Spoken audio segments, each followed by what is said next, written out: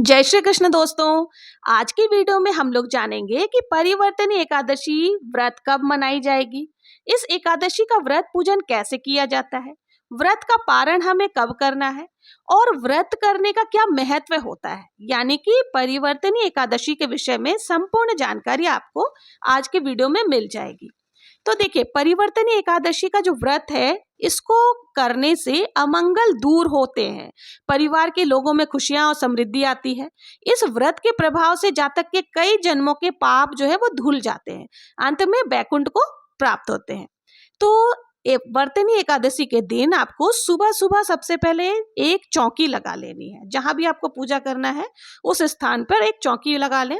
चौकी के ऊपर हमें आसन लगाना है, तो आसन आप पीले रंग का लगाएं तो बहुत ही अच्छा है। फिर हमें श्री हरि विष्णु की प्रतिमा या मूर्ति को विराजमान कर लेना है। थोड़ा सा फूल या तिल का आसन दे करके हमें श्री हरि विष्णु को यहाँ विराजमान कर लेना है। देखिए, परिवर्तनी एकादशी जो होती है, पौराणिक मान्यता के अनुसार 4 माह तक, यानी कि देवशनी एकादशी से जो है श्री हरि विष्णु योग निद्रा में चले जाते हैं। शयन काल उनका 4 माह तक चलता रहता है और परिवर्तनी एकादशी के दिन ही भगवान श्री हरि विष्णु निद्रा की अवस्था में ही करवट लेते हैं। इसलिए इसे परिवर्तनी एकादशी या करवटी एकादशी के नाम से भी जाना जाता है, या पद्मा एकादशी भी इसे कहा जाता है।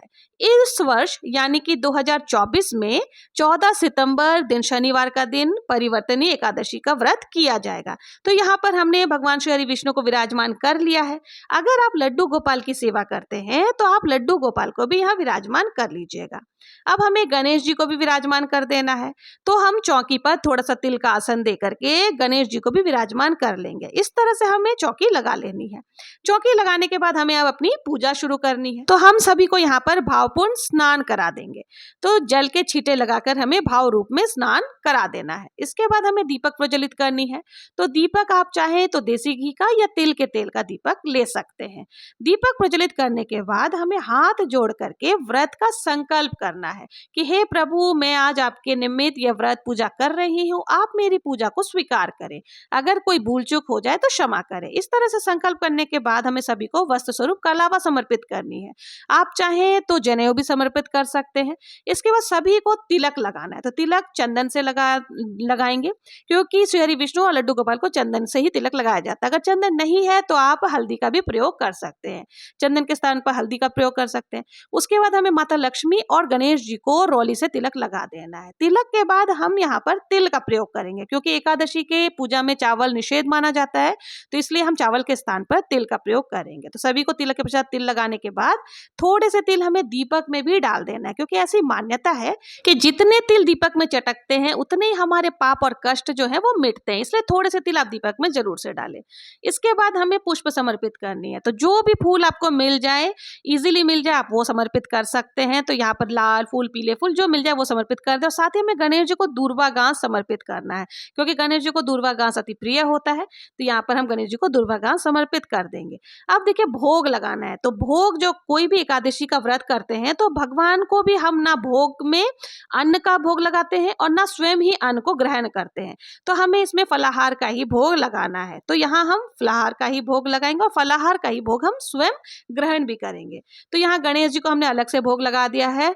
और गणेश जी को आप चाहे तो कोई भी ऋतु फल या फिर आप पंचमेवा ड्राई फ्रूट्स भी समर्पित कर सकते हो, नहीं तो दूध से बनी हुई कोई भी मिठाई आप भोग में समर्पित कर सकते हैं। अब लड्डू गोपाल श्री हरि विष्णु को हमें तुलसी दल युक्त भोग समर्पित करनी है। तुलसी दल आप एकादशी के दिन ना तोड़े, एक दिन पहले ही तोड़ लें, क्योंकि देखिए श्री हरि विष्णु तुलसी दल के बिना भोग स्वीकार नहीं करते। अब हमें दक्षिणा समर्पित करनी है। तो दक्षिणा यथासंभव आप समर्पित कर सकते हैं, क्योंकि दक्षिणा जो है वो पूजा में रही कमियों को पूरा करती है। तो यहाँ हमने सभी को पुष्प और सभी कुछ समर्पित कर दिया है। इसके बाद देखिए, हमें कथा सुननी है। तो हमें 1 लोटा जल ले लेना है और कथा सुननी है। कथा सुनने के लिए हाथ में थोड़े से आपको तिल और फूल लेकर के कथा सुननी है। कथा, देखिए कोई भी पूजा जब हम करते हैं तो कथा के बिना वो पूजा पूर्ण नहीं मानी जाती, तो इसलिए हमें कथा जरूर से सुननी है। कथा आपको मेरे चैनल पर मिल जाएगा। अगर कथा मैं यहाँ सुनाऊंगी तो ये वीडियो काफी लंबा हो जाएगा, तो आप मेरे चैनल पर से कथा सुन सकते हैं। उसके बाद कथा सुनने के बाद हमें जो पुष्प और तिल है वो श्री हरि विष्णु के चरणों में डाल देना है, लड्डू गोपाल को चढ़ा देना, और साथ ही थोड़े से तिल हमें लोटे में भी डाल देना है। अब हम आरती करेंगे, तो आरती आप पहले गणेश जी की करें। बहुत ही प्रेम पूर्वक गणेश जी की आरती करने के बाद हमें श्री हरि विष्णु की भी आरती कर लेनी है। आरती करने के बाद हमें हाथ जोड़ करके पूजा में रही कमियों के लिए क्षमा याचना करनी है कि जो भी हमसे भूल चूक हुई हो, हे प्रभु हमें क्षमा करें, और हमारे मनोकामनाओं को पूर्ण करने के लिए हम प्रार्थना करेंगे। तो इस तरह से जो है एकादशी की पूजा वो पूर्ण हो जाती है।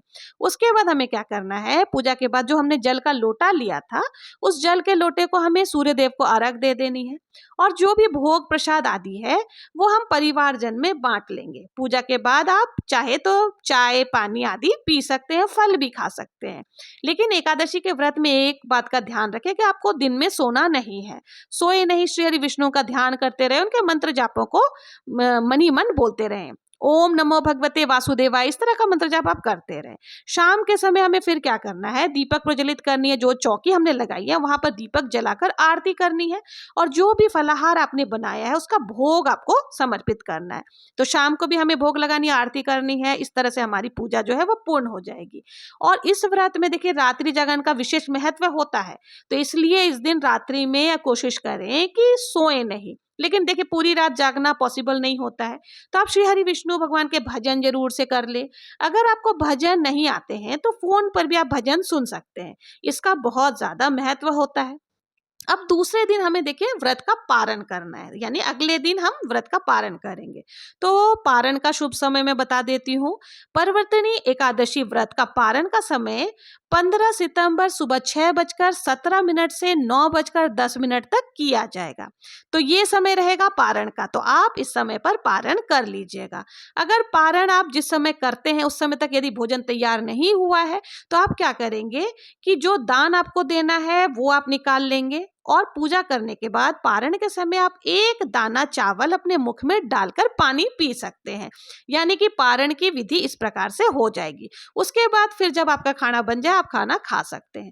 द्वादशी के दिन चावल जरूर खाना चाहिए, चावल खाकर ही हमें जो एकादशी का पारण किया जाता है। और चावल का दान करना भी बहुत ही जरूरी होता है, तो आप इस दिन सीधा का दान जरूर करें। सीधा यानी कि एक मनुष्य जितना भोजन, जिससे उसका पेट एक समय का भर सके, तो आप वो दान जरूर से करें।